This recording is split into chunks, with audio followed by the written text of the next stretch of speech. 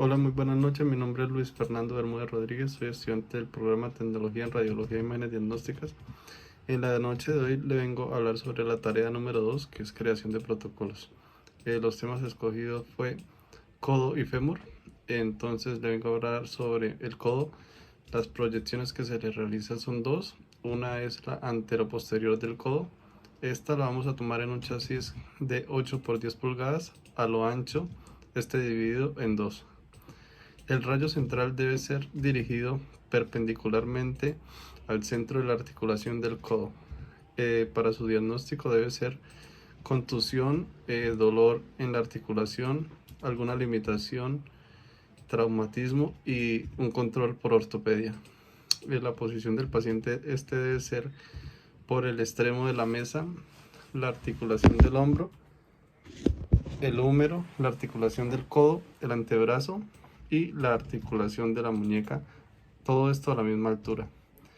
La posición o estructura debe ser eje longitudinal de la articulación del codo paralelo al eje transversal del chasis. También tenemos que el húmero debe estar en posición AP. Las articulaciones del codo deben también estar en posiciones AP, el antebrazo en posición AP, las articulaciones de la muñeca también deben estar en posición AP y la mano también debe estar en esta misma posición AP. La articulación del codo debe estar en el centro de la mitad del chasis.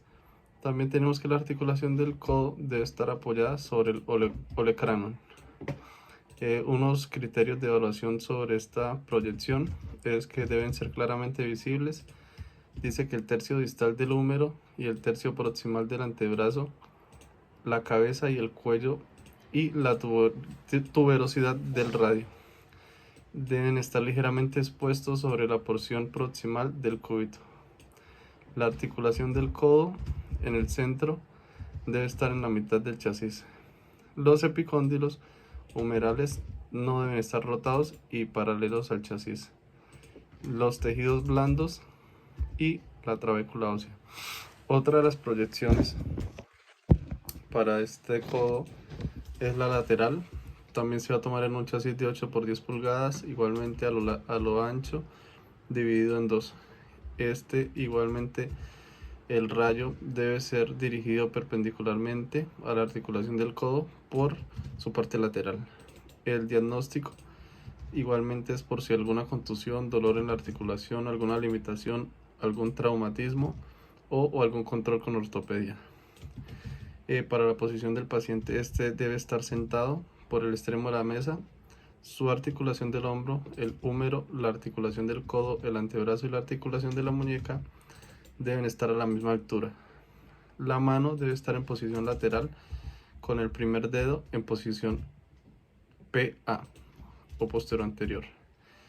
Y la posición estructura dice que el húmero y el antebrazo deben formar un ángulo recto. Tenemos que el húmero en posición lateral, la articulación del codo también debe estar en lateral, el antebrazo en lateral. Tenemos que la articulación del codo debe estar en el centro de la otra mitad del chasis. La articulación del codo debe estar apoyada sobre el epicóndilo y cóndilo medial. Los criterios de evaluación para esta proyección igualmente deben estar claramente visibles: el tercio distal del húmero, el tercio proximal del antebrazo. La articulación del codo debe estar abierta y centrada. Esto con el rayo central. El codo debe estar flexionado a 90 grados. El epicóndilo humeral deben estar superexpuestos. La tuberosidad radial debe estar orientada hacia adelante. La cabeza radial con la apófisis coronoides, el olecranon en una vista lateral y el tejido blando.